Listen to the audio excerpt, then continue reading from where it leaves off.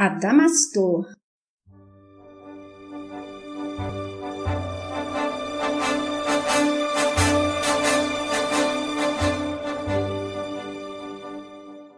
Ícaro redimido.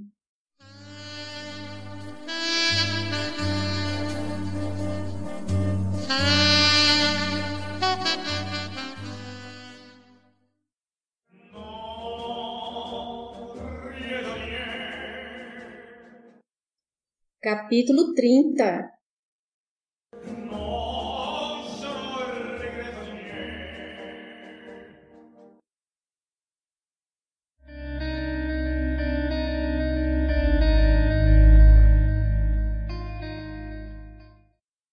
Sanando as chagas do passado.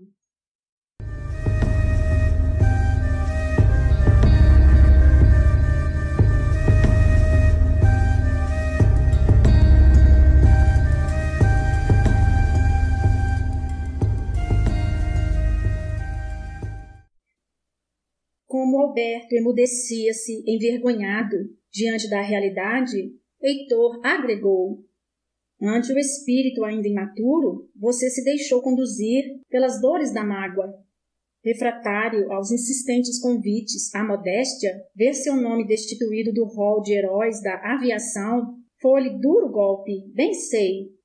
Também me doeu, pois eu estava empenhado em sua felicidade, mas não podia mancomunar-me com o erro de ensoberber-se de maneira tão desmedida. Sei que você merecia o destaque pelo imenso esforço empreendido e pela inquestionável genialidade, porém a lição de humildade lhe era urgente medicamento para a alma.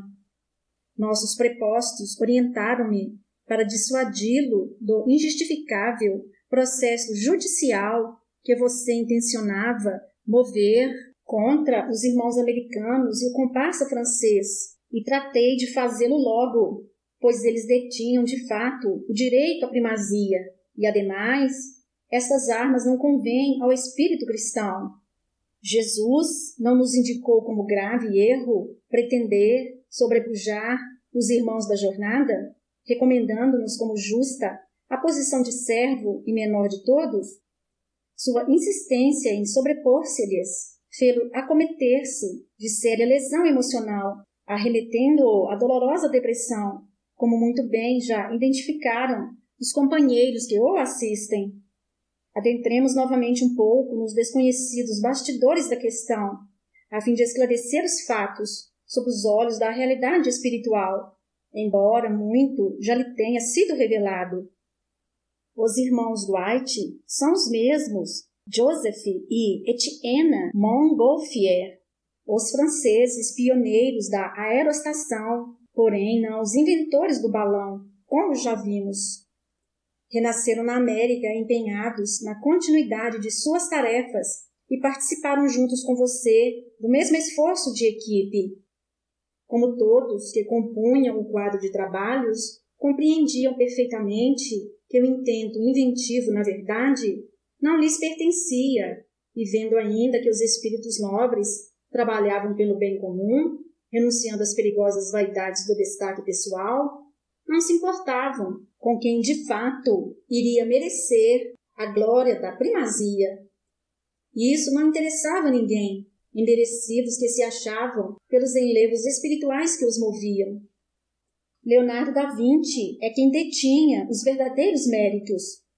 Seus servidores semeavam as ideias, à espera de que florescessem em campo fértil, não importasse quem as germinasse primeiro. Não nos é surpreendente o fato de que vocês, em locais distantes e em tempo aproximado, tenham desenvolvido trabalho em todo semelhante? Isto prova que estas ideias não se restringiam aos seus próprios domínios mentais. Elas se irradiavam da esfera espiritual, portanto ninguém as detinha. Não há direitos a supremacias entre os encarnados, e suas honrarias são irrisórias e fictícias. Eis a realidade, meu amigo. É verdade, Alberto. Aqui no mundo espiritual, quem de fato consideramos o criador do avião e é venerado como pai da aeronavegação, Com justa razão, é Leonardo da Vinci.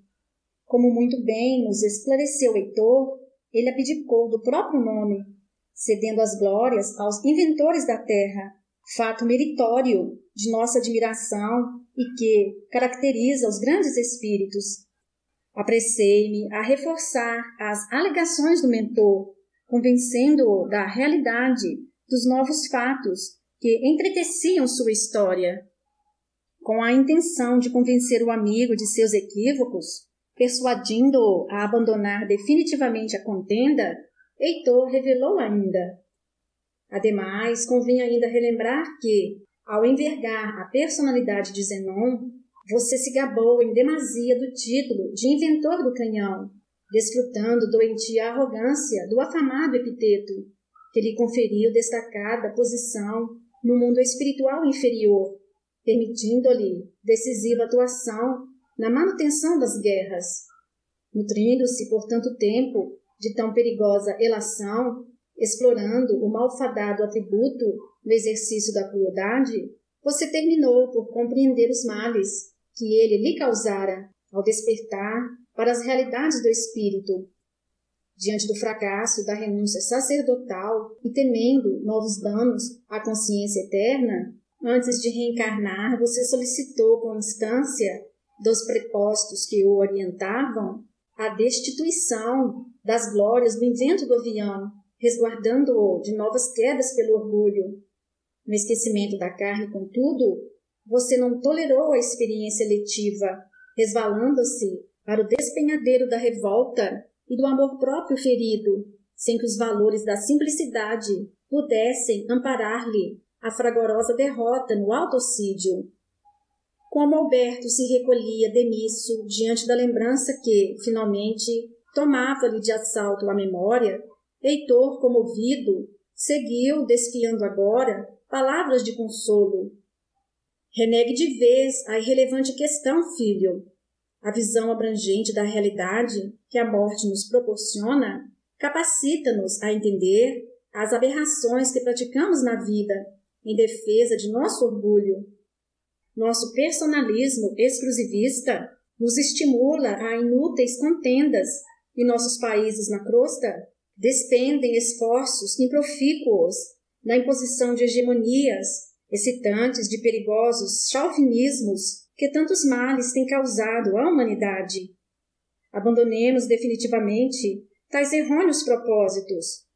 Deixemos os homens da terra entregues às suas intermináveis e indignas discussões em torno de questões de somenos importância, que não dizem respeito aos valores genuínos do espírito. Santos Dumont é um nome que ficará na idolatria de sua nação terrena, porém você não deterá por muito tempo. Uma vez que partir para nova aventura na carne, envergando uma personalidade renovada, sepultará no passado o inventor do 14 bis, o ganhador do prêmio Deutsch, fatos que não mais lhe interessarão e você não continuará pleiteando para si tais conquistas. Coisas que o tempo procumbe, meu amigo. Tratemos nós, pois, de cuidar do amanhã, semeando no presente nossa felicidade futura, entregando ao passado seus males e suas falácias. Estejamos convencidos, as glórias que mais nos engrandecem não são as do intelecto, e muito menos aquelas que se embasam na superação dos valores alheios, mas sim as do amor, consubstanciadas na doação de nós mesmos em favor dos demais, entretecidas pela renúncia à nossa hegemonia. Recordemos que a exaltação do individualismo egóico pode nos proporcionar alegrias fugazes na terra, porém é capaz de nos impor lesivos impulsos hipertróficos ao psiquismo. A satisfação dos vencedores, quando fundamentada na humilhação dos vencidos, é semente perniciosa que fará germinar fruto nocivo para quem a granjeou. Os vitoriosos do mundo, embora sejam ovacionados pelas massas, comumente são envenenados pelas invejas daqueles que se sentem usurpados em suas pretensões, perpetrando soezes obstáculos às suas venturas. E, além do mais, estaremos cumprindo com os preceitos evangélicos se nos empenharmos com sinceridade para que os valores da supremacia beneficiem nossos irmãos americanos, meritórios de nossas melhores considerações. Jesus nos recomendou, como recurso indispensável à bem-aventurança, desejar aos outros todo o bem que queremos para nós mesmos. Portanto, as honrarias e a importância que pensamos nos ser indispensáveis à felicidade, aprendamos a cedê-la aos demais, abdicando-nos do milenar egoísmo. Não tolerei o roubo da glória, é verdade. Deixei-me resvalar para o despenhadeiro do desespero, por ato de extremada covardia, diante da vergonha que se me impunha.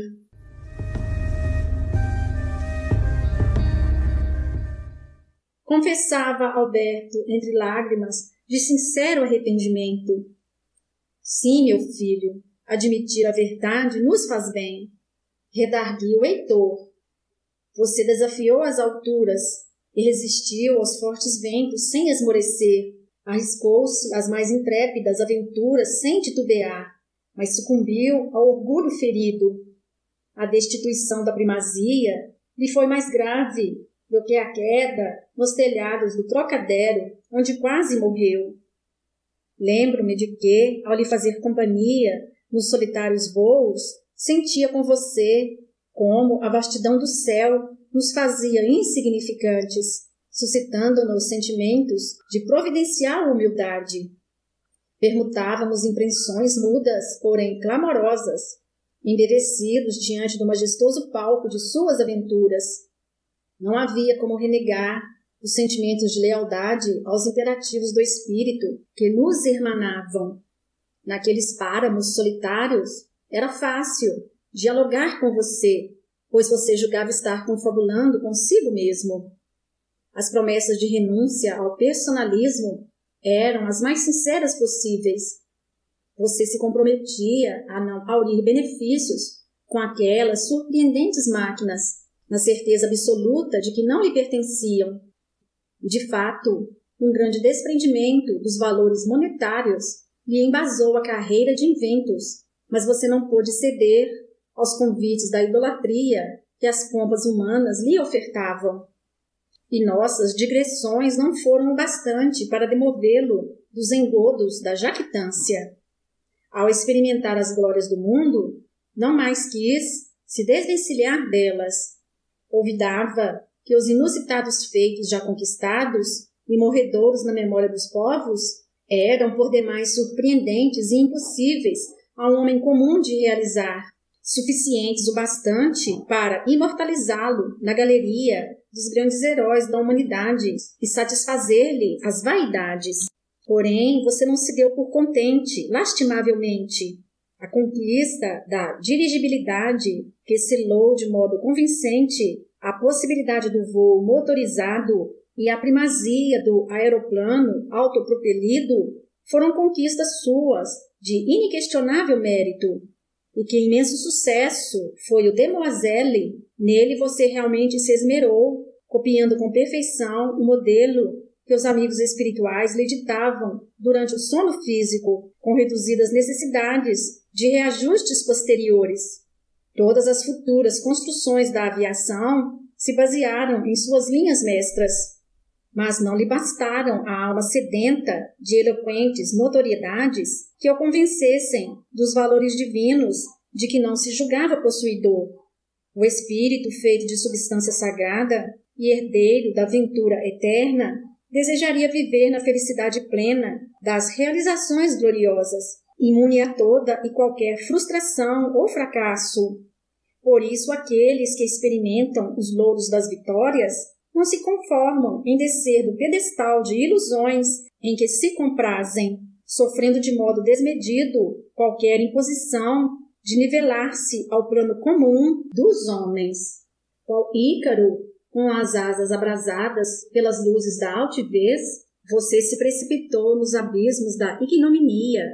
Frustrado, sentindo-se de maneira descabida um falido, você preferiu refugiar-se na depredação dos tesouros mais nobres que trazia no espírito, impondo-se o autoextermínio. Sinto não ter podido evitar o drama maior que pôs fim à sua aventura terrena, meu amigo. Porém, lhe asseguro que tudo fiz para persuadi-lo a mudar o panorama íntimo. Unido ao seu coração, sentia seus sofrimentos como se fossem meus. Sua decepção diante dos fracassos, naturais percalços do caminho, era imensa e despropositada, porque seu orgulho não admitia que as falhas pudessem lhe macular o soberbo espírito. Eis em síntese o que o levou ao suicídio, Alberto. Os companheiros que o assistem já caracterizaram muito bem essas ocultas causas de seus sofrimentos e não precisam mais ressaltá-las aos seus olhos. Recordo-me das muitas vezes que, rogando fervorosamente aos céus recursos suplementares, conseguia persuadi-lo de evadir-se do intento de pôr fim à vida, mas não alcançava retirá-lo do imenso fosso de infundadas decepções e dores que você mesmo impunha à alma. Por vezes meu esforço, diante de sua sensibilidade exaltada, era tanto que eu levava a denotar minha presença na visão espiritual.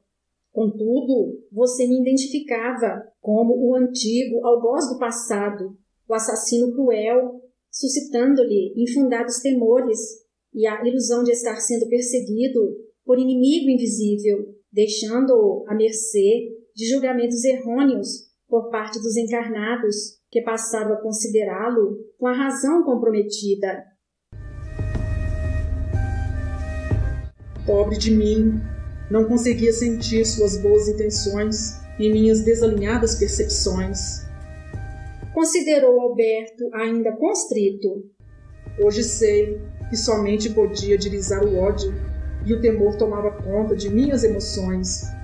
Reconheço que não pude suportar a perda da primazia e a vivi como uma enorme decepção. Foi uma dor intolerável, porém hoje ainda sofro por ter capitulado diante de um fato que deveria ter aceito com hombridade e vivenciado como preciosa lição de humildade. Vejo que dei guarida a um sofrimento indigno e injustificável, o que agora me abate ainda mais com a amargura do arrependimento. Ajude-me, benfeitor, quero soerguer as forças combalidas de minha alma.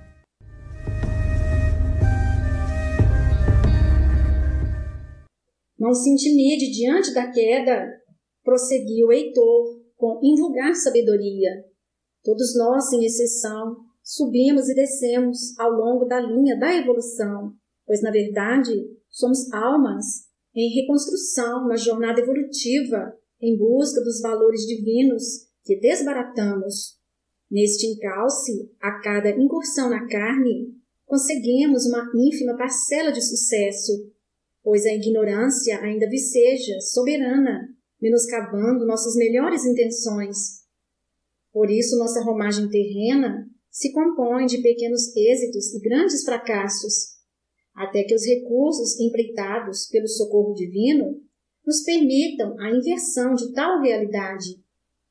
Isso faz de nossa caminhada não uma escalada contínua e retilínea de ascensão, mas circunvoluções progressivas, periodicamente entrecortadas por quedas, quando nos precipitamos nas contrações das dores corretivas e na necessária derrocada dos errôneos valores acumulados.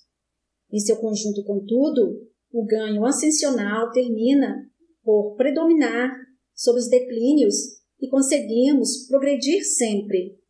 Como Zenon, você caiu pelo ódio, apesar das conquistas da habilidade da arte.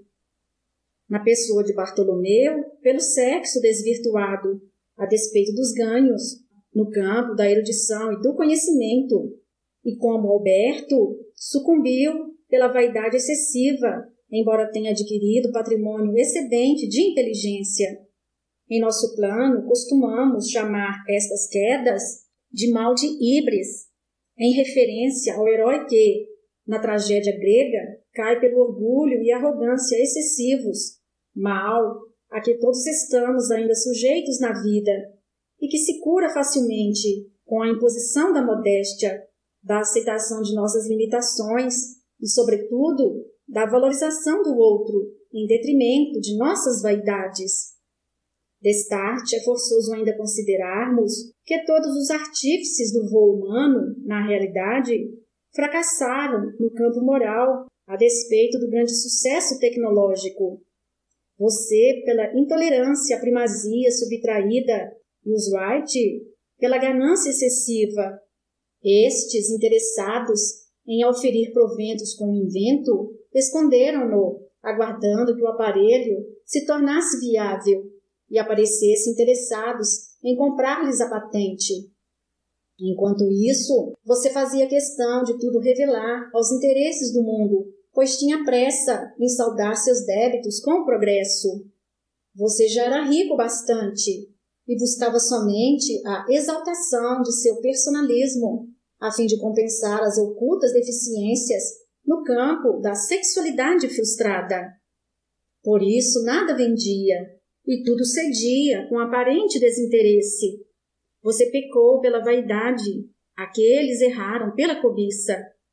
Não seja, contudo, imprudente consigo mesmo, impondo-se sofrimentos inúteis e destruidores dos recursos que a divindade mobiliza a seu favor. Soerga o ânimo abatido e permita-se o paulatino crescimento rumo às lídimas conquistas do espírito. Não aumente sua dor, que ainda irá reverberar-se como eco dos erros do passado, até que, convertida em força renovadora para o bem, esgotar-se-á nos escondidos recessos do inconsciente. Sua paz será fruto de esforço próprio na aquisição dos valores evangélicos, única porta de acesso à cura definitiva dos males do orgulho. Humildade, bondade restrita e aprendizado constante são seus mais preciosos medicamentos neste momento.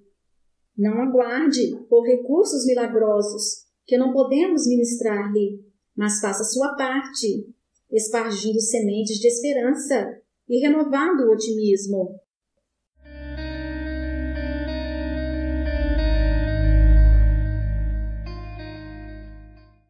Fim do capítulo.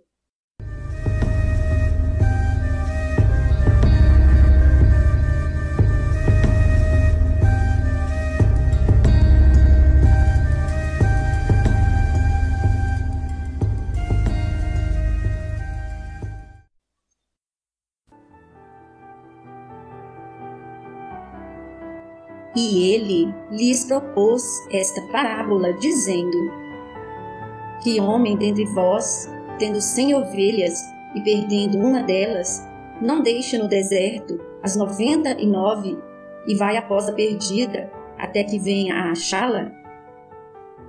E achando-a, a põe sobre os seus ombros jubiloso. E chegando a casa, convoca os amigos e vizinhos, dizendo-lhes: Alegrai-vos comigo, porque já achei a minha ovelha perdida. Digo-vos que assim haverá mais alegria no céu por um pecador que se arrepende do que por 99 justos que não necessitam de arrependimento. Lucas 15, versículos de 3 a 7.